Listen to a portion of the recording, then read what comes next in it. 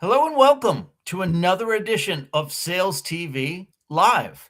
Today we're asking, are we hiring the wrong salespeople for the AI era? We're joined by Dr. Peter Kerr. Peter is the chair of applied research in sales at the University of New Brunswick. Peter, welcome. Thanks, Rob. Appreciate it. Glad to be here. Absolutely. Peter, let's jump right to it. Are we hiring the wrong salespeople for the AI era? Well, it's an important question, Rob, and actually, I think it's a really loaded question because I think, first of all, you've got to ask yourself when you're trying to hire for example, the right salespeople, the right skills. What are you hiring them to do, right? And what does performance look like in your organization? And sometimes it sounds trite when you have that discussion with the sales leaders because they say, "Well, I want them to sell. That's what they're there for. I'm looking for them to retire a quota and so on." And I think it's important that we realize that whatever we measure and we reward, that's what we're going to get. Sometimes that's all we get, right?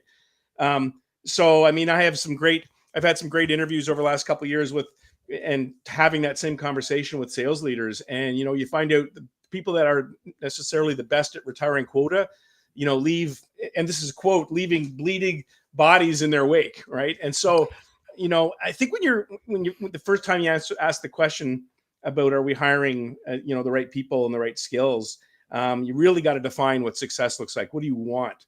What does performance look like for your organization?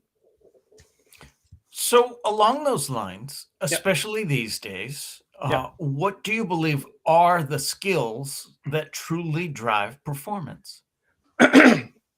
So it's a great. I think that's important. And so if we think about narrow the scope a little bit and just talk about kind of a professional sales role, where the sales cycles are a little bit longer, and more complex sale where there's an opportunity to kind of build a custom or a solution as opposed to just product off the shelf type thing. First I would say the traditional skills that we've all recognized continue to be important. So I think that's a good thing, right? I mean, the soft skills around interpersonal skills, listening skills, verbal communication continue to be incredibly important. But one of the things that we've just identified recently, which we couldn't find anywhere in the research before this, and we have 100 years of sales research out there that's been conducted, is salesperson analytical skills, which may be surprising to our listeners and to yourself. Absolutely. I know when I was in a hiring role for a tech startup, we identified four criteria. We were looking for people that had, in addition to sales skills, those soft skills, as you say, we Yep. were looking for things like grit and fit. Now, fit Yep. is that can be a third rail kind of. It's not so much they look just like me. It's more about as a startup, we operate fast and loose, and everyone contributes and so on. Are they accustomed to that, or are they accustomed to an Yep. enterprise organization? That kind of thing. But we also looked at communication skills and business acumen. Mhm. Where would AI fit in those? Is this now a fifth pillar that we're looking at? Yeah. So I mean, I think um, honestly, I think it's a little early to say. We know AI is starting to permeate across all the steps in the selling process up front. By setting out communication on seller's behalf to start to kind of build up an interest there with the buyer. It's helping in qualifying and so on, and developing profiling. Um, and it's in some extent in some areas it's helping obviously to build solutions and so on. So I think um, I think the importance is there, but its relative position I think is still hard to say. um, the second comment I would make on that, my comment about analytical skills, and I could talk about the research we did in that area in a minute, but those are the listeners who are familiar with using just kind of the early AI versions that are out there realize that, look, it doesn't always give you 100% results, right? Sometimes it hallucinates, right, and just gives you garbage. And so you think about it. Let's say you're using it for proofreading. If you're not a half decent writer yourself, you're not going to catch the mistakes it makes. Okay. So I would say the same thing if we think AI is going to take over more of the analytical pieces of the job, which is kind of taking all this data that's now available today that wasn't, a decade or 2 decades ago, and to summarize that data on behalf of the salesperson, so that they can curate it and offer value to the customer. They need to understand that as well, right? Because they need to catch AI when it goes off kilter. So I would say, the skills I'm going to talk about in a minute around analytical skills are going to continue to be important for quite a while, because it's almost if you're not going to be doing it yourself, you're going to be checking the AI tool you're using to make sure it's done its job properly. Hopefully you do that, because that's pretty critical, right? So, yeah. You're supposed to be checking it, that's for sure. Exactly. Yep. So talk to me more about the analytical skills. How does analytical skill affect sales performance? Yeah. So great question. So right after COVID, we started looking at, hey, have skills changed, right? We're really in a digital environment. This is still pre-AI, I would say. A digital environment, heavily influenced by COVID. Everybody moved online. Everything was, the whole idea of digitizing the sales job went into overdrive, right, during COVID. And we wanted to get a sense of, hey, are the skills important? Have they changed at all? And so we first wanted to take a look at, what are sales leaders even hiring for at the moment, right? So we were lucky that LinkedIn was able to give us 2 years of job data, basically. So basically any sales position that had been advertised over the last 2 years. So obviously stripping out who is anonymous. We're stripping out the confidentiality of the names of the companies and so on. But they were able to basically strip out and look at what are the skills that are actually being identified in these ads. And most of the top 5 would be nothing I should say the top 4 would be nothing you'd be surprised about. So, they would wrap around the skills you would normally see in a sales process: qualifying, prospecting, presentation skills. We're like, yep, of course. But number 2, believe it or not, was analytical skills. And we're like, what? Like, where did this come from? We're very surprised that this came out of the LinkedIn data. And so we quickly shifted gears. We started doing qualitative interviews directly with sales leaders and saying, hey, what are you hiring for? Unaided. And again, analytical skills started bubbling to the top. So this surprised us immensely. So we wanted to get a sense, hey, is this even a good skill to be hiring for? Or is this just a fad? And so we decided we want to do some quantitative research to see if there's any relationship between analytical skills and salesperson performance. But boy, we were starting from scratch. There was no scale that had been developed to measure what does a salesperson's analytical skills even look like. So we had to go right from the beginning. We had to build a scale that we could use and demonstrate that it was measuring what it purported to measure, which was salesperson analytical skills, and then try to link it to performance.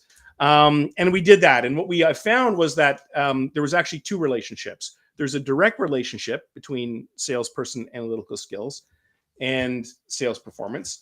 And that relationship actually increases as the scope of the salesperson's job increases. So if you're not only responsible for selling yourself, but maybe you're mentoring junior salespeople as well, the more scope creep in your job, the more important analytical skills is to sales performance. And then the second thing, which I think is even more interesting, is it's influencing the relationship between effort and performance. So it's strengthening that relationship. And I think the reason for that, it really comes down to the how analytical skills turns out to be measured, which is 2 things. One, it's around understanding the customer better than you ever could. So using these abilities to take data and slice and dice data that's available to all of us, and really understanding the customer, what their problems are, and so on. So that's one dimension. The other dimension is pipeline management. In other words, what are the customers I should be working with? What activities should I be working on at a particular time? Really understanding your funnel and managing your time and your effort, basically. So you're using analytical skills to allocate your effort to the right people, to the right customers, to the right activities. Okay, we have a question from the audience. Let's bring it Yep. on screen. Sam Palazzolo asks, communication skills for Gen Z and Gen Alpha are lacking. How can you effectively test when hiring? Any ideas would be greatly appreciated. Thank you, Sam. Yeah, that's a great question. So there's probably two ways of doing that. I mean, there are tests, commercial tests out there you can use that you can have applicants go through. You can ask them to do this prior to or during an interview, or obviously just in establishing scenarios during the interview process that requires them to whatever communication skills you think are important.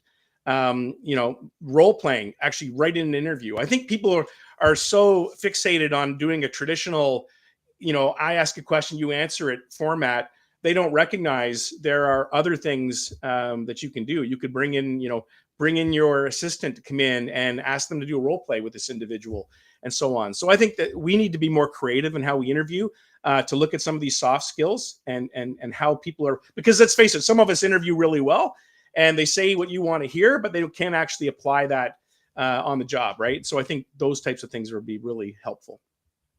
So one of the things we used to do was a case study, a very minimal lift, but it did require candidates to review some material and then prepare a response. Will AI replace these analytical skills in the sales interview process, and more importantly, in the sales process itself? Well, that's a good question. And I'm sure if you talk to an AI developer, they'll say, you bet, right? Like that'll be definitely something that's They'll coming. sell it to me, yes. Of course. And I actually think that's going to come about. I mean, we see it in the job hiring process right now. I personally think, it's a mistake. I think that you need to be involved. I think you need to.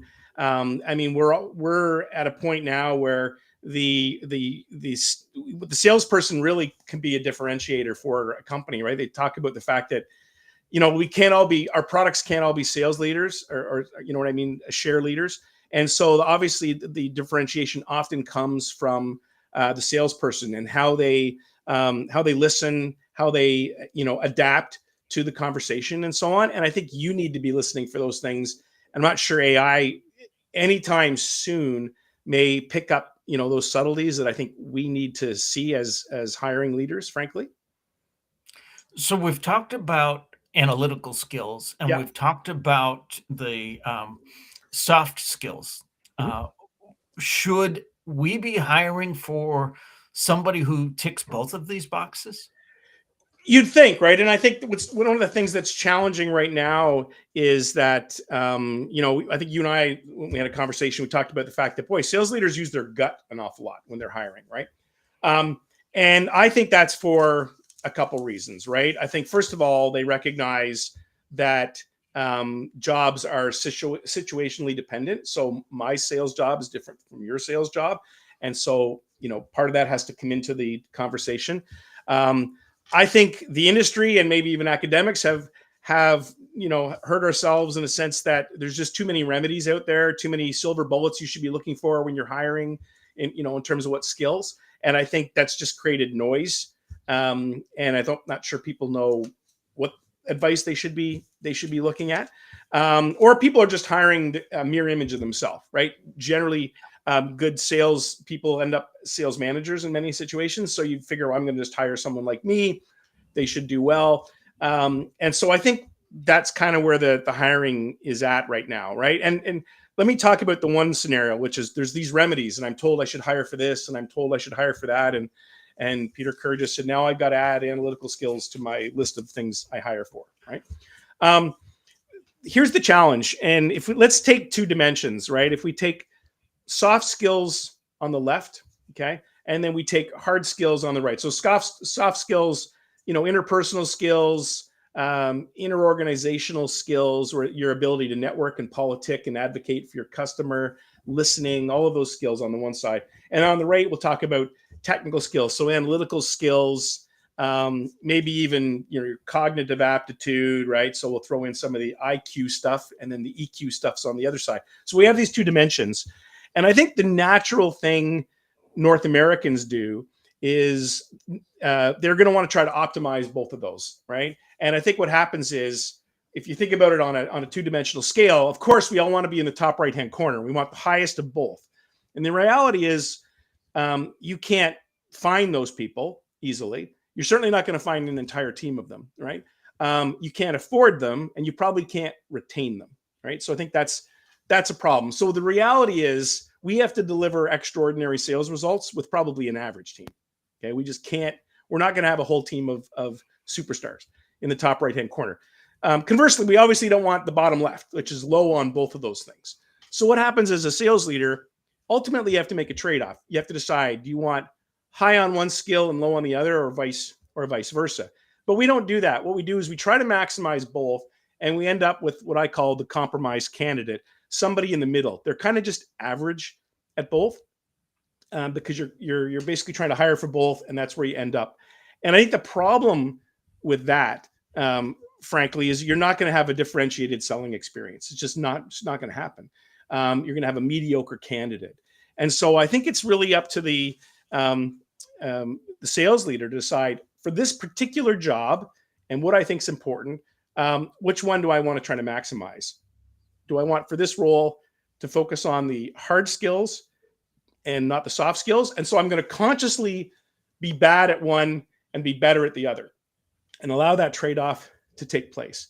And then what happens is, you really got to make sure the rest of the job is designed to minimize or mitigate the fact that you're not going to have someone who's super high on the other skill, right? You can also tailor your training against that particular dimension, and so on. And we've seen this more in the service research, where this is the number one predictor of service excellence, which is organizations prepared to make the trade-off right from the top of their strategy all the way through to their hiring. And you know what I mean? As opposed to trying to be good at everything, you end up being good at nothing, right? So that would be my suggestion here, would be identifying, which one is you're prepared to trade off, essentially, if that makes sense. Absolutely. Yeah. We have another question from the audience. Anthony O'Hare, and Anthony, I apologize if I got the last name wrong, asks, with Salesforce and Power BI, is it not the responsibility of sales leadership to provide their team with funnel analytics and dashboards, so they're not wasting time on non-sales activities, regardless of analytical ability? And with dashboards, then every sales team member is measured according to the same metrics. Yeah, great comment. So I would say yes. I think the organization needs to provide, is responsible for sales enablement, which includes, performance measurement systems, dashboard systems, and so on. You do need salespeople who can interpret that data, right, and make some decisions based on that data. Which activity should I be working on today? Which customer should I be focused on today? So there's a requirement to be able to take that data and know what to do with it and apply it. I think is particularly important for salespeople. That not everybody's just. Some people just see it as noise and they get overwhelmed. And you need people that can literally drill down, understand what the data says, and know how to act on it. Okay, and that, keep in mind, that's just one half of what we're talking about as analytical skills. The other half is making sense of all this customer and industry data out there, and being able to bring it together. And to understand the customer situation better and provide that information back to the customer in a curated form, so that I can have a good consultative conversation with them. So let me ask you this: in sales, is working harder still more important than working smarter? I don't think so, because I mean, what I do is I like to take that analogy and take it to its furthest extremes, right? I mean, I could run around in a circle and I'm expelling all kinds of effort. So I am, and I'm not getting anywhere. And so I think working smarter, which is knowing what activities I should expel my effort on, I think that's significantly more critical. I mean, salespeople.